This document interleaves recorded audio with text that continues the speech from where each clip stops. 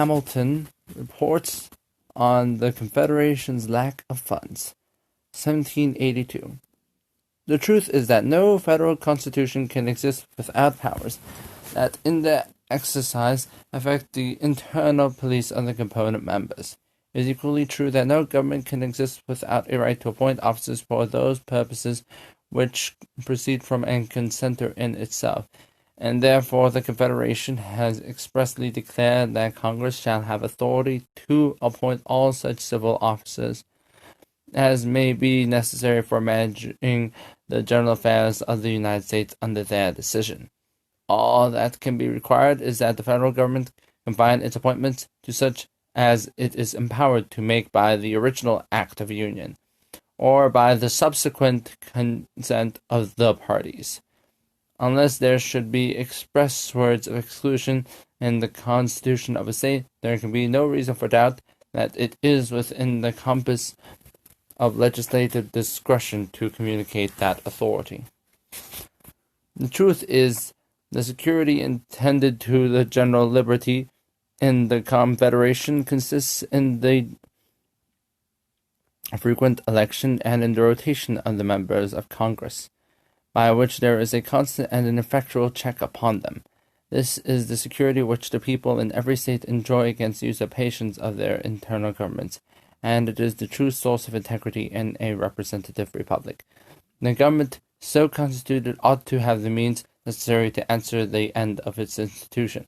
By weakening its hands too much, it may be rendered incapable of providing for the interior harmony or the exterior defense of the state.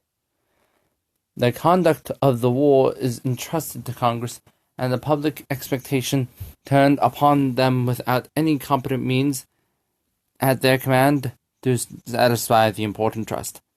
After the most full and solemn deliberation under a collective view of all the public difficulties, they recommend a measure which appears to them the cornerstone of a public safety.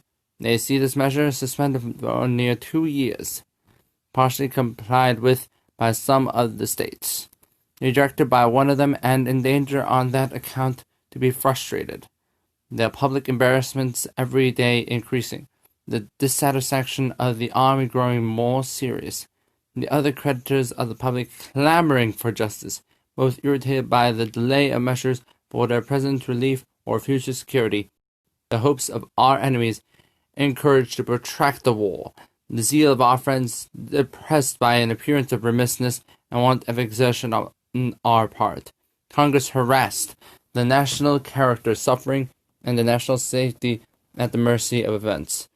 This state of things cannot but be merely painful to Congress and appear to your committee to make it their duty to be urgent to obviate the evils with which it is pregnant. Record.